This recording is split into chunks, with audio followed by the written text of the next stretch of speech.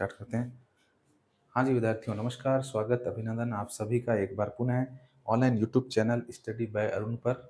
प्रिय विद्यार्थियों, मेरे सभी बीएड स्तर के विद्यार्थी, साथ ही रीट एग्ज़ाम की जो प्रिपरेशन कर रहे हैं, उन सभी अभ्यर्थियों का एक बार पुनः मैं स्वागत करता हूँ इस ऑनलाइन मंच पर, इस ऑनलाइन प्लेटफॉर्म पर, जहाँ पर हम मनोविज्ञान विषय का अध्ययन कर रहे हैं।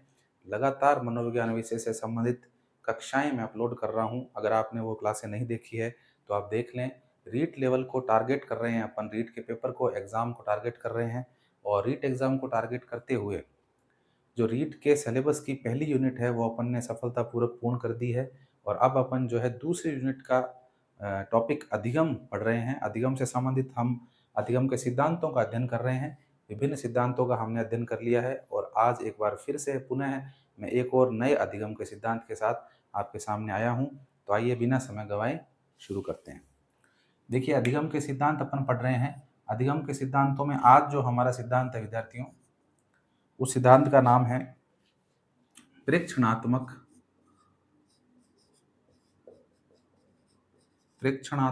अधिगम सिद्धांत। विद्यार्थियों, इस सिद्धांत का नाम प्रेक्षणात्मक अधिगम सिद्धांत है। साथ ही इसको जो है मॉडलिंग थ्योरी भी कहा जाता है। इसका एक अन्य नाम जो है वो मॉडलिंग थ्योरी भी इसको कहते हैं। ठीक है, मॉडलिंग थ्योरी भी इसे जो है कहा जाता है। इसी के साथ ही इसको जो है विद्यार्थियों सामाजिक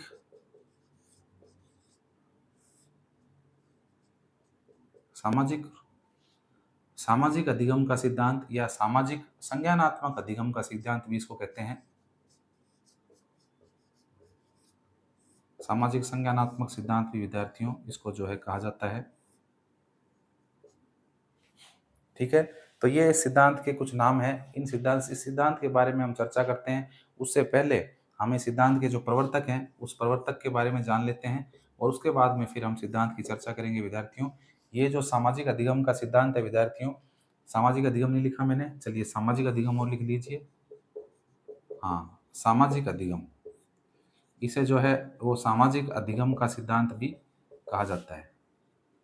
अधिगम का सिद्धांत, चलिए, तो इस सिद्धांत के विद्यार्थियों सामाजिक अधिगम सिद्धांत के जो प्रवर्तक हैं उसके बारे में जान लेते हैं। इसके प्रवर्तक जो हैं विद्यार्थियों, उनका नाम है अल्बर्ट बांडुरा। अल्बर्ट बांडुरा, अल्बर्ट बांडुरा इनका पूरा नाम है विद्यार्थियों। और ये जो अल्बर्ट बांडुरा है ये विद्यार्थियों अमेरिकन मनोवैज्ञानिक है। अमेरिका के कनाडा शहर, अमेरिका के कनाडा के अंदर जो है विद्यार्थियों, अमेरिका के कनाडा में जो है एक शहर है अल्बर्ट, और उस अल्बर्ट शहर में ये जन्मे हुए हैं। यानी कि अमेरिकन मनोवैज्ञानिक है ये जो है विद्यार्थियों, अमेरिकन मनोवैज्ञानिक है, अमेरिकन मनोवैज्ञानिक है। अमेरिका में कनाडा और कनाडा के शहर अल्बर्ट में इनका जन्म हुआ था विद्यार्थियों। कनाडा का एक शहर है अल्बर्ट। इस अल्बर्ट शहर में जो है, अल्बर्ट में 1925 के अंदर जो है इनका विद्यार्थियों जन्म हुआ था।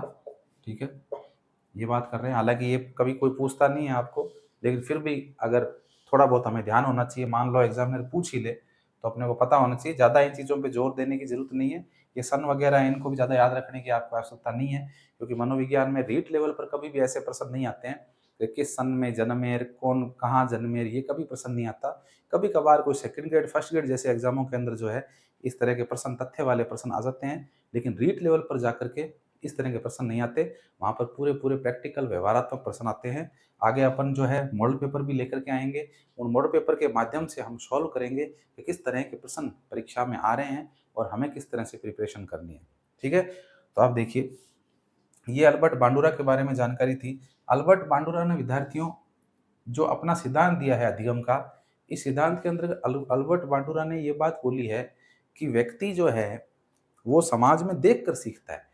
यानी कि प्रेक्षणात्मक अधिगम सिद्धांत इसको इसीलिए कहा जाता है क्योंकि प्रेक्षण के द्वारा, प्रेक्षण का मतलब क्या होता है, देखना।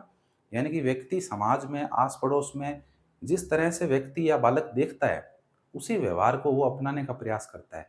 जो व्यवहार एक बालक के साथ उसके माता-पिता करते हैं, उसी प्रकार के व्यवहार को वो अपनाने का प्रयास करता है, उसी प्रकार के व्यवहार को वो करने का प्रयास करता है। यानी कि जो ये सिद्धांत है विद्यार्थियों, ये सिद्धांत प्रेक्षणात्मक अधिगम का सिद्धांत जो है बांडुरा का, इसमें बांडुरा जो है विद्यार्थियों करके सीखने पर बल देते हैं। बांडुरा जो है वो करके सीखने पर बल दे रहे हैं। किस पे बल दे रहे हैं? करके सीखने पर करके सीखने पर बल दे रहे हैं, क्योंकि इनके अनुसार समाज में रहकर के व्यक्ति बहुत कुछ चीज़ें सीखता है। एक बच्चा जिसकी पहली पाठशाला उसका परिवार होती है, उसकी पहली शिक्षक उसकी माँ होती है, तो अपने माता-पिता के क्रियाकलापों को देखता है, उनके व्यवहार को देखता है, अपने मित्र मंडली में रह कर के, अपने पास-पड़ोस में रह कर के, अपने शिक्षकों से, अपने विद्यालय से, सभी जगह से जो है विद्यार्थियों एक बालक जो है, वो सभी के व्यवहार का अवलोकन करता है, उन व्यवहारों को देखता है प्रत्यक्ष रूप से और उसी प्रकार का व्यवहार करने का वो सोचता है। जैसा कि आपको पता है कि एक टीचर जो है, वो एक बच्चे के लिए आदर्श होता है। मैं आपको शुरू से कहता आया हूँ कि शिक्षक को अपना आदर्श रूप जो है बच्चों के सामने प्रस्तुत करना चाहिए, क्योंकि बच्चे लगातार क्या कर रहे हैं, बच्चे लगातार आपको देख रहे हैं, आपका प्रेक्षण कर रहे हैं, आपको देख रहे हैं और कहीं न कहीं आपको देख कर के आपकी एक आदर्श छवि है, उसे अपने मस्तिष्क में जो है बैठा रहे हैं, चित्र बना रहे हैं उसका। आपने देखा होगा छोटी क्लास के बच्चों को जब आप पढ़ाते हैं, अगर वो फर्स्ट, सेकंड, थर्ड के हैं, फिफ्थ के हैं, ऐसे जो बच्चे हैं लगभग 10-12 साल तक के बच्चे हैं, इनको जब आप पढ़ाते हैं क्लासरूम में, तो वो टीचर को बड़ी बारीकी से देखते हैं। टीचर क्या बोल रहा है, उसने कपड़े कैसे पहने हैं, उसका हेयर स्टाइल कैसा है, उसके हाथों में क्या पहन रखा है, गले में क्या पहन रखा है, उसके जूते-चप्पल कैसे हैं, मतलब उसको पूरा टीचर को स्कैन करता है बच्चा। समझ रहे हो? और ऐसा क्यों करता है? ऐसा इसलिए करता है कि वो बालक जो है, वो आपको कहीं न कहीं अपना आदर्श मानता है। वो चाहता है आपके जैसा बनना और कई बार ऐसा देखा भी गया है कि स्कूलों के अंदर बच्चे जो हैं वो टीचर की नकल करते हैं। औरों की मैं क्या बताऊँ, मैं खुद की बता देता हूँ। मैंने जब छोटी क्लास में बच्चों को पढ़ाया, जो आपके फर्स्ट, सेकंड, थर्ड के बच्चे हैं, प्री प्राइमरी के बच्चे हैं, प्राइमरी के बच्चे हैं, उनको जब मैंने पढ़ाया तो उस समय मैं हाथ में कड़ा पहनता था लोहे का। लोहे का कड़ा पहनता था मैं, कभी मेले वगैरह में माताजी के गए या कोई किसी के देवता के मेले में गए, तो वहाँ से मैं कड़ा लेकर के आता था, मुझे बड़ा शौक था कड़ा पहनने का हाथ में। लेकिन जब मैंने देखा कि ये कड़ा पहन के मैं स्कूल में गया और बच्चों को मैंने पढ़ाया, तो बच्चों ने मुझे कहा तो नहीं कुछ भी उस कड़े के बारे में, लेकिन दूसरे दिन सारे बच्चों के हाथ में वो छोटे-छोटे कड़े मेरे को दिखाई दिए। तो मुझे ऐसा लगा कि हाँ, वाक़ई में बच्चे जो है नकल करते हैं, नकलची प्रवृत्ति के होते हैं और लगातार प्रेक्षण करते हैं और शिक्षक के जैसा ही बनना चाहते हैं। इसीलिए अध्यापक को जो है क्लासरूम में, कक्षा कक्ष के अंदर अपना एक आदर्श स्वरूप प्रस्तुत करना चाहिए, ताकि आप जब आदर्श स्वरूप प्रस्तुत करेंगे, तो बच्चे भी क्या करेंगे, आपका प्रेक्षण करके और बहुत कुछ सीखेंगे। इसीलिए जो है विद्यार्थियों घर का माहौल जो है, घर के संस्कार जो है वो भी बच्चे के ऊपर बहुत ज़्यादा प्रभाव डालते हैं। बांडुरा ने ये बात बोली है अपने सिद्धांत के अंतर्गत कि समाज में व्यक्ति जिस समाज में रहता है, उस समाज के जो क्रियाकलाप हैं, उन क्रियाकलापों का अवलोकन करता है व्यक्ति और उसके जैसा ही वो बनने का प्रयास करता है। ठीक है? जैसा माहौल होगा, जैसे मान लीजिए आपके पड़ोस के अंदर अगर कोई मंदिर बना हुआ है और उस मंदिर में सुबह-शाम आरती होती है, भजन होते हैं, दिन-रात जो है जागरण चलते हैं, ठीक है? तो आपका माहौल पूरा आध्यात्मिक रहेगा, धार्मिक रहेगा और आस-पड़ोस में जो लोग हैं, वो भी पूरी तरह से आध्यात्मिक रहेंगे। कोई भी गलत कार्य में संलग्न नहीं होंगे, ठीक है? आध्यात्मिक वातावरण रहेगा, बहुत ही शांत सुकून वाला वातावरण रहेगा। घंटियाँ बजती रहेगी, शंख बजते रहेंगे, तो आपको बड़ा ही कानों को बहुत ही जो है रिलीफ़ मिलेगा इन चीज़ों से।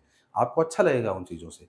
लेकिन अगर दूसरी तरफ अगर हम उलट में बात करें, इसके विपरीत बात करें, अगर आपके घर के पास में कोई शराब की दुकान है या फिर कोई नशाखोरी का आपके अड्डा है, नशाखोरी की दुकान है या कोई इस तरह के कोई गलत कार्य होते हैं, तो फिर वहाँ का आपके पूरे वातावरण के ऊपर उसका प्रभाव पड़ता है। और आस-पास का अगर गंदा माहौल है, गलत माहौल है आपका, नशाखोरी का माहौल है, तो घर के जो आपके बच्चे हैं, उनके ऊपर भी उसका प्रभाव पड़ेगा, क्योंकि वो लगातार देखेंगे और वही बात मैं कह रहा हूँ कि अगर घर के संस्कार भी सही नहीं है, घर पे माता-पिता का रवैया बालक के प्रति सही नहीं है, माता-पिता खुद जो है किसी न किसी नशाखोरी में या गलत आदतों में संलग्न है, तो उसका भी बच्चे के ऊपर पूरा प्रभाव पड़ेगा और बच्चों के अंदर वो गुण, वो अवगुण, गुण नहीं कह सकते इनको अवगुण कहेंगे, वो अवगुण आए बिना नहीं रहेंगे। आपने वो सुना होगा कि प्रहलाद जब अपनी माता के पेट में था, तो उसकी माता जो है, वो नारायण नारायण जपती थी, और जब वो बालक का जन्म हुआ प्रहलाद का, तो वो भी नारायण नारायण जपने लग गया। तो ये सब क्या है? ये सब उस बालक के आसपास के परिवेश का प्रभाव है, उसके समाज का प्रभाव है, उसके परिवार का प्रभाव है, जो बालक के ऊपर स्पष्ट रूप से दिखाई देता है। तो इनका जो विद्यार्थियों ये सिद्धांत है मॉडलिंग थ्योरी, इसे मॉडलिंग थ्योरी क्यों कहा गया है? क्योंकि मॉडल मतलब प्रतिमान, मॉडल का मतलब है प्रतिमान कह सकते हो या फिर आप प्रतिरूप कह सकते हो, कि आपके सामने कोई भी प्रतिमान प्रस्तुत किया जाए तो आप क्या करते हैं, उसी के अनुसार कार्य करने का प्रयास करते हैं। यानी कि आपके सामने अगर कोई कार्य हो रहा है तो आप भी उसी कार्य को करने का उसी तरह से प्रयास करते हैं, उसको प्रतिमान बोलते हैं। ठीक है, तो इसको मॉडलिंग थ्योरी कह दिया गया। प्रेक्षणात्मक देख करके, प्रेक्षण करके, प्रेक्षण करना मतलब देखना। ठीक है, देख करके आप सीख रहे हैं, करके सीख रहे हैं, पहले आप देख रहे हैं, उसके बाद उस काम को करने का प्रयास कर रहे हैं, तो प्रेक्षणात्मक अधिगम हो गया। सामाजिक संज्ञानात्मक सिद्धांत इसलिए कहा गया है क्योंकि संज्ञान, संज्ञान का मतलब ज्ञान ही है। प्रत्यक्ष इंद्रियों के माध्यम से जो ज्ञान प्राप्त होता है उसे क्या कहते हैं? संज्ञान कहते हैं। आपकी जो इंद्रियां हैं 5, आंख नाक कान मुंह जीभ जीभ त्वचा, इन पांचों इंद्रियों से जो आपको प्रत्यक्ष रूप से वातावरण का जो ज्ञान प्राप्त हो रहा है वही क्या कहलाता है विद्यार्थियों? संज्ञान कहलाता है। तो सामाजिक संज्ञानात्मक यानी समाज में रह करके प्रत्यक्ष रूप से जब आप किन्हीं क्रियाकलापों को देखते हैं और उनका क्रियाकलापों को देख करके सीखते हैं और सीख कर करने का प्रयास करते हैं, तो वो क्या कहलाता है? संज्ञान कहलाता है। इसीलिए इस सिद्धांत का नाम सामाजिक संज्ञानात्मक सिद्धांत भी नाम रखा गया है। साथ में इसको सामाजिक अधिगम का सिद्धांत कहते हैं, क्योंकि अधिगम के तो सिद्धांत अपन पढ़ ही रहे हैं, यानी कि बालक कहीं ना कहीं सीखने से संबंधित है, सीखने से संबंधित सिद्धांत है। बालक सीख रहा है, समाज में रह करके सीख रहा है, समाज की रूढ़ियों को, परंपराओं को, रीतियों को अपना रहा है, यानी कि वो देख करके सीख रहा है। ठीक है, तो इसीलिए इस सिद्धांत को जो है सामाजिक अधिगम का सिद्धांत कहते हैं। एक रसोई घर के अंदर बालिका अपनी माता के साथ भोजन बना रही है, भोजन बनाते हुए अपनी मम्मी को देखती है, 2 दिन, 5 दिन, 10 दिन, 20 दिन, 1 महीना लगातार कंटिन्यूस प्रेक्षण करती है कि मेरी मम्मी भोजन किस तरह बनाती है, इसमें कौन कौन से मसाले डालती है। और 1 महीने के बाद में वो बालिका स्वयं भी उसी प्रकार का स्वादिष्ट भोजन बनाने लगती है। तो ये सब क्या है विद्यार्थियों? ये सामाजिक अधिगम है, यानी ये प्रेक्षणीय अधिगम है, यानी कि देख करके जो है व्यक्ति कार्य करना सीख रहा है। ठीक है, तो यही सिद्धांत था जिसका मूल अर्थ मैंने जो है आपको बता दिया है अल्बर्ट बांडुरा के सिद्धांत का। अब जो है विद्यार्थियों इस सिद्धांत के अंतर्गत इन्होंने जो प्रयोग किया था उस प्रयोग की बात कर लेते हैं अपन, कि इन्होंने जो है प्रयोग कैसे किया था। लेकिन हाँ, प्रयोग से पहले बांडुरा का जो विकास क्रम है, यानी कि इन्होंने इस सिद्धांत का नामकरण तो कर दिया, लेकिन नामकरण करने के बाद क्या-क्या बदलाव आए उनको थोड़ा देख लेते हैं। मैंने आपको बताया कि 1925 के अंदर जो है इनका जन्म हुआ है विद्यार्थियों। अब एक फैक्ट और रह गया बताना आपको कि लगभग 1959 के अंदर जो है 1959 में है विद्यार्थियों, बांडुरा ने जो है, अल्बर्ट बांडुरा 1959 में इन्होंने जो है किशोरावस्था के ऊपर भी विचार दिए थे अपने। तो ये भी आपको ध्यान रखना है कि बांडुरा ने जो है 1959 में, ढंग से लिख नहीं पा रहा हूँ, दोबारा लिख देता हूँ, कोई बात नहीं, ऐसी क्या जल्दबाजी है, आराम से लिख लेते हैं। हाँ, तो 1959 में बांडुरा ने जो है किशोरावस्था पर विचार दिए थे, ये आपको ध्यान रखना है, किशोरावस्था पर विचार दिए थे। ठीक है, 1959 के अंदर इन्होंने किशोरावस्था पर विचार दिए थे। अब विद्यार्थियों एक इनके पुस्तक की बात कर लेते हैं, सोशल लर्निंग थ्योरी। इनकी एक किताब है जो इन्होंने लिखी थी लगभग 1977 के अंदर जो है, 1977-78 के अंदर जो है विद्यार्थियों इन्होंने एक पुस्तक लिखी थी और उस पुस्तक का नाम था social learning theory. Social learning theory, social learning theory जो है विद्यार्थियों इनकी पुस्तक का नाम है। और इस पुस्तक के अंदर जो है विद्यार्थियों इन्होंने सामाजिक अधिगम से संबंधित जो है अपने विचार प्रस्तुत किए थे। मुख्य रूप से विस्तृत रूप से जो है विचार इन्होंने इसी में प्रस्तुत किए थे। तो ये इंपॉर्टेंट फैक्ट है, इसको ध्यान रखना आप कि 1977-78 के अंदर इनकी पुस्तक सोशल लर्निंग थ्योरी। उसके बाद विद्यार्थियों इन्होंने अपने इस सिद्धांत का नाम परिवर्तन किया, जिसे सामाजिक संज्ञानात्मक अधिगम का सिद्धांत नाम दे दिया इन्होंने। ये जो नाम है विद्यार्थियों, ये नाम इन्होंने 1986 के अंदर दिया था, ध्यान रखना आप इसको। 1986 में जो है विद्यार्थियों ये जीन पियाजे से प्रभावित हुए थे। जीन पियाजे जो कि संज्ञानात्मक मनोविज्ञान के जनक माने जाते हैं, संज्ञानात्मक विकास का सिद्धांत है विद्यार्थियों इनका। जीन पियाजे का सिद्धांत जो है वो अपन पढ़ चुके हैं। संज्ञानात्मक विकास के अंतर्गत जो आपकी पहली यूनिट है उसमें जीन पियाजे के सिद्धांत को अपन डिस्कस कर चुके हैं। अगर आपने वो वीडियो नहीं देखा है तो जीन पियाजे से संबंधित जो वीडियो है वो जाकर के आप देख लें। बिल्कुल डिटेल के अंदर मैंने जो है उस सिद्धांत के ऊपर परिचर्चा की है। ठीक है? तो 1986 के अंदर ये जो है आपके अल्बर्ट बांडुरा जो है, ये जीन पियाजे के संज्ञानात्मक विकास के सिद्धांत से प्रेरित हुए थे कि किस तरह से व्यक्ति जो है संज्ञान से, यानी कि इंद्रियों के माध्यम से, प्रत्यक्ष ज्ञान के माध्यम से व्यक्ति सीखता है। तो इन्होंने भी जो है अपने इस सिद्धांत के अंदर जो है ये संज्ञानात्मक शब्द जोड़ दिया था और 1986 में अपने इस सिद्धांत का नाम जो है विद्यार्थियों सामाजिक अधिगम सिद्धांत से चेंज करके सामाजिक संज्ञानात्मक सिद्धांत कर दिया था। ठीक है? 1986 में सामाजिक संज्ञानात्मक सिद्धांत, सामाजिक संज्ञानात्मक सिद्धांत नामकरण नामकरण कर दिया। ठीक है? नामकरण कर दिया। ठीक है? दिखाई दे रहा है आपको? मैं साइड में देता हूँ, आप स्क्रीनशॉट ले लो, बाद में लिख लेना, या फिर मैं बोलता हूँ तो साथ-साथ में लिख लिया करो, कोई दिक्कत नहीं है। तो 1986 में जो है विद्यार्थियों इन्होंने इस सिद्धांत का नामकरण जो है सामाजिक अधिगम सिद्धांत से चेंज करके और सामाजिक संज्ञानात्मक सिद्धांत जो है इसका नाम कर दिया था और साथ ही एक पुस्तक की रचना भी की थी इन्होंने। 1986 के अंदर विद्यार्थियों इन्होंने एक पुस्तक भी लिखी थी इन्होंने। एक पुस्तक की रचना की थी विद्यार्थियों इन्होंने और उस पुस्तक का नाम था सोशल फाउंडेशन।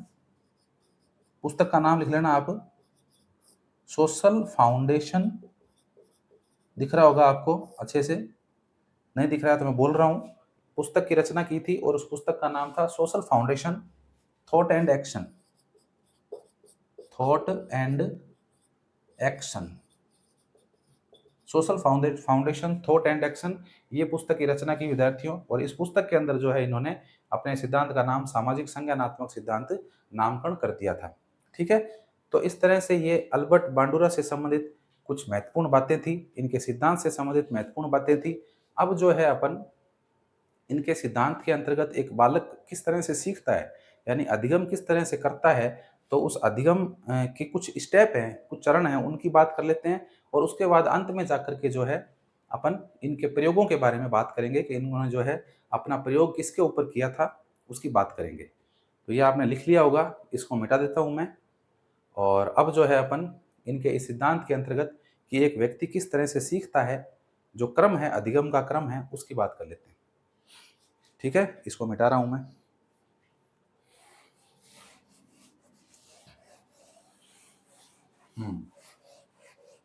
विद्यार्थियों, एक बार आपसे पुनः अनुरोध रहेगा कि अभी तक आपने चैनल को सब्सक्राइब नहीं किया है तो चैनल को सब्सक्राइब कर दें और अपने ग्रुपों के अंदर, जो आपके ग्रुप है व्हाट्सएप के, उनके ऊपर आप ज़रूर शेयर करें ताकि अपना जो ये यूट्यूब परिवार है ये बढ़ जाए और मुझे कहीं न कहीं मोटिवेशन मिले कि हाँ, इतने लोग मुझसे जुड़े हुए हैं और मेरी क्लासों को देख रहे हैं और उनको बेनिफिट मिल रहा है। नहीं तो फिर मेरी इस मेहनत का क्या फ़ायदा है, आप बताइए?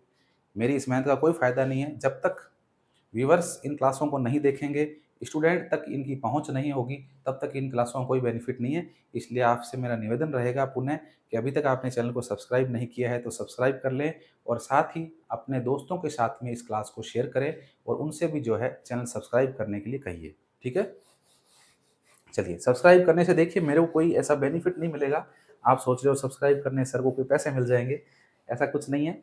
इतने कोई ऐसा कुछ बेनिफिट वाली इसमें बात नहीं है, पैसों वाली कोई बात नहीं है। हाँ, इतना है कि अपना परिवार बढ़ जाएगा, यूट्यूब की फैमिली अपनी बढ़ जाएगी, तो इसके माध्यम से मेरे को बल मिलेगा और मैं आगे से आगे वीडियो जो है बनाने के लिए क्या हो जाऊँगा, अ, एक तरह से आप कह सकते हो तत्पर हो जाऊँगा।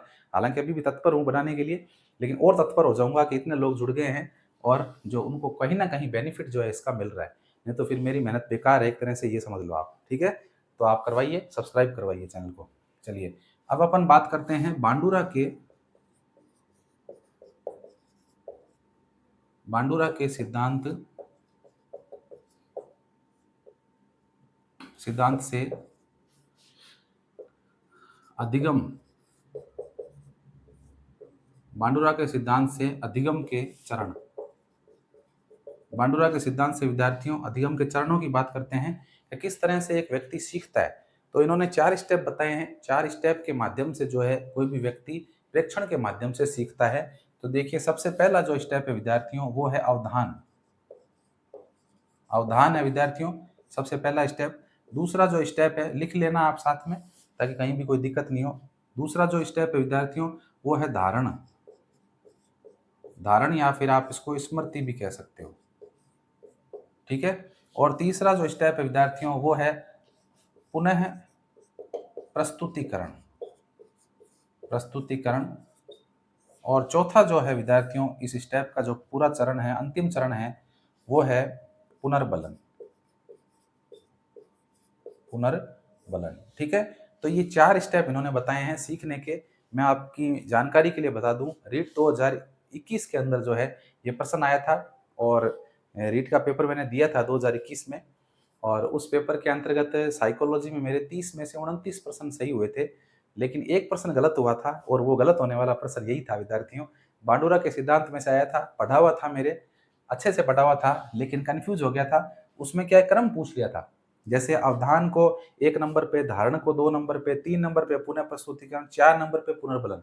ये पहला ऑप्शन बन गया। फिर दूसरा ऑप्शन में इन्होंने क्या किया, पलट दिया, धारण को 1 नंबर पे कर दिया, अवधान को 2 कर दिया, इसको तीसरे पे कर दिया, इसको चौथे पे कर दिया, और फिर ऐसे करके चारों के जो है 4 ऑप्शन बना दिए, ऐसे उलट पलट करके। तो सही क्रम क्या है, ये सही सीक्वेंस है इसका। इस तरह से सीखता है व्यक्ति, तो है ना, बांडुरा के अनुसार इस तरह से सीखता है, ये सही सीक्वेंस है। मैंने क्या किया कि पुनः प्रस्तुतिकरण को पहले रखना था, लेकिन मैंने जो है पुनर्बलन को पहले रख दिया और पुनः प्रस्तुतिकरण को बाद में कर दिया। इस वजह से मेरे जो है 30 में से 29 प्रश्न ही सही हुए, एक प्रश्न मेरा जो है रह गया, और वो गलत होने वाला प्रश्न यही है।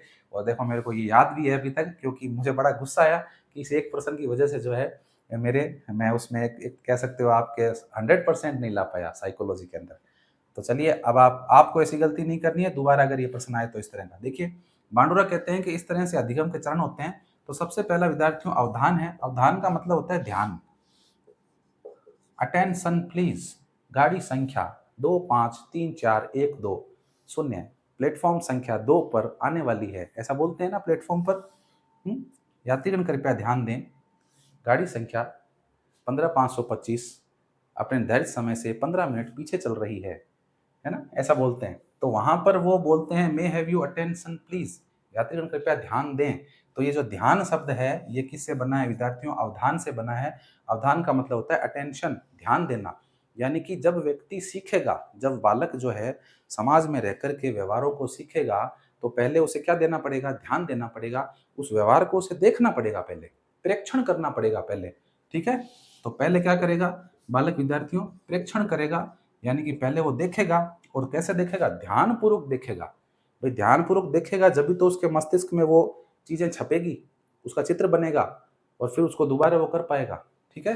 तो पहला स्टेप जो है सीखने का वो है अवधान, यानी कि प्रेक्षण, यानी कि ध्यान पूर्वक देखना या सुनना। ओके। सेकंड स्टेप है विद्यार्थियों धारण। धारण का मतलब है ग्रहण कर लेना, धारण कर लेना। ठीक है, अपने अंदर ले लेना।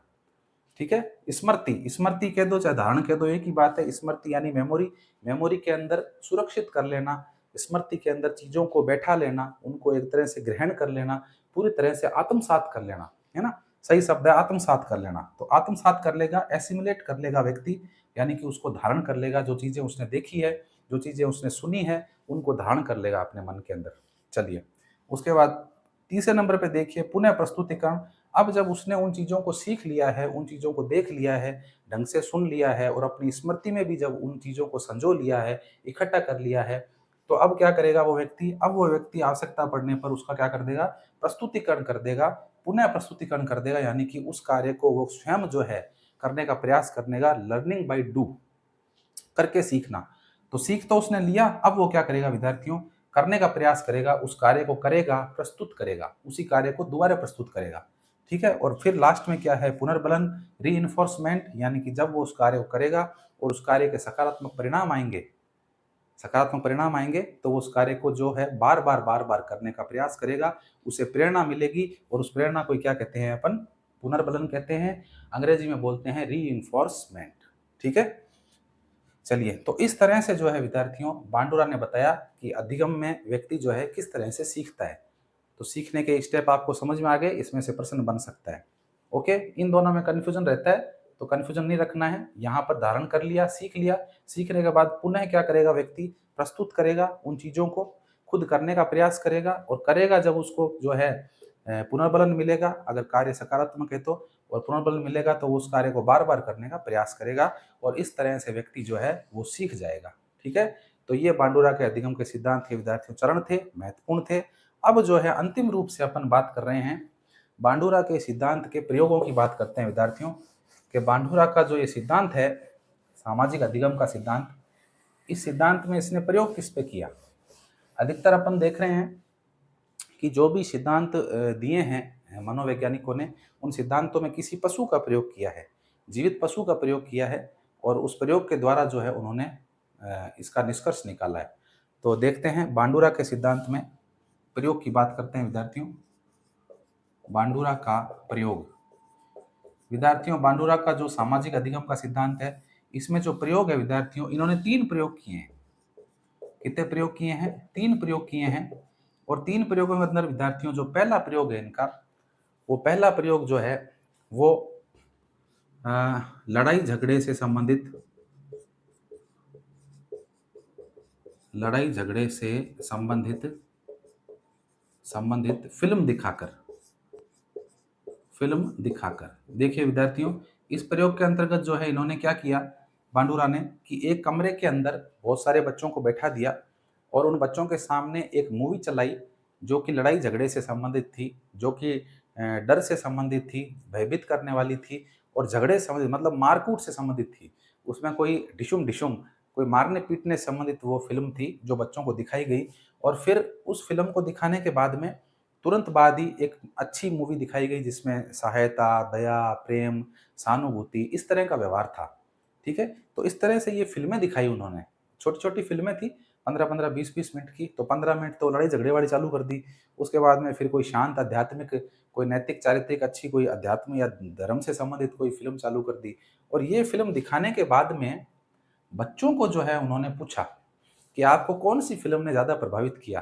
तो विद्यार्थियों 50% जो बच्चे थे ना, 50 लगभग 50 से 60% बच्चे, उन्होंने ये लड़ाई झगड़े वाली जो मूवी है ना, इसको पसंद किया और कहा कि हाँ हमें ये मूवी अच्छी लगी लड़ाई झगड़े वाली। और लगभग 20 से 30% जो बच्चे थे उनको जो है विद्यार्थियों जो शांत मूवी दिखाई थी, उनको शांत फिल्म, शांत कह दो चाहे आप आध्यात्मिक कह दो, आध्यात्मिक, उनको आध्यात्मिक फिल्म जो दिखाई गई वो उसके पक्ष में हो गए 20 से 30%, यानी 50 से 60% बच्चे तो इसके पक्ष में हुए, लड़ाई झगड़े वाली के। और 20 से 30% जो है विद्यार्थियों वो जो बच्चे हैं वो शांत और आध्यात्मिक फिल्म के पक्ष में हुए। और लगभग जो कितने बच्चे पीछे 10 से 20% बच्चे बचे हैं, ये जो है बिल्कुल तटस्थ थे, तटस्थ, यानी कि इनको कोई लेना देना नहीं था, कैसी फिल्म दिखाई हो उनको कोई मतलब नहीं है, कोई लेना देना नहीं है। तो बांडुरा ने इस प्रयोग के द्वारा निष्कर्ष निकाला कि बालक का जैसा व्यवहार उसके घर में उसके घर वाले करते हैं, वैसा ही व्यवहार जो है वो बाहर भी देखने के लिए जो है प्रोत्साहित रहता है। तो कहा कि ये जो 50-60% बच्चे हैं ना, इन बच्चों के घर में भी ऐसा माहौल था, कैसा, लड़ाई झगड़े से संबंधित माहौल था, इसलिए इन बच्चों ने इस नकारात्मक फिल्म को जो है ज़्यादा देखा और इसके जो सीन हैं उनको याद कर लिया और इससे ये प्रभावित हुए। ठीक है, दूसरी तरफ कहते हैं कि जो शांत जो फिल्म दिखाई गई, जो आध्यात्मिक या धर्म से संबंधित फिल्म दिखाई गई जिसमें लड़ाई झगड़ा नहीं दिखाया गया, इसको 20 से 30% बच्चों ने पसंद किया। इसका मतलब ये 20-30% बच्चे उन सारे बच्चों में से ऐसे थे जिनके घर में शांत माहौल था, आध्यात्मिक माहौल था। ठीक है, और ये जो 10-20% बच्चे रह गए, ये विद्यार्थियों बांडुरा ने कहा ये ऐसे बच्चे हैं जिनके ऊपर घर वालों का कोई ध्यान नहीं है, घर वाले इनके ऊपर कोई ध्यान नहीं दे रहे हैं, कोई लेना देना नहीं है घर वालों का। ठीक है, तो इनको तटस्थ कह दिया गया, यानी कि इनको कोई लेना देना नहीं है। ठीक है, तो इस तरह से बांडुरा ने जो है अपना पहला प्रयोग किया और इस प्रयोग को जो है सामाजिक अधिगम के सिद्धांत के अंतर्गत लागू किया। अब देखिए दूसरा प्रयोग किस पे किया विद्यार्थियों, दूसरा प्रयोग जो है विद्यार्थियों इन्होंने निर्जीव गुड़िया के ऊपर किया, निर्जीव गुड़िया। दूसरा प्रयोग विद्यार्थियों निर्जीव गुड़िया के ऊपर किया, यानी कि सजीव नहीं है, गुड़िया है, खिलौना है, बड़ा खिलौना गुड़िया का। उस गुड़िया के खिलौने के ऊपर क्या किया विद्यार्थियों कि इन्होंने एक कक्ष के अंदर गुड़िया को, खिलौना जो था उसको रख दिया और उसी कक्ष के अंदर जो है बच्चों को एक फिल्म दिखाई और उस फिल्म के अंदर उस गुड़िया के साथ में जो है कुछ बच्चे मारपीट कर रहे थे, उसके साथ में खेल रहे थे और उसके सारे हिस्सों को जो है तोड़ फोड़ रहे थे।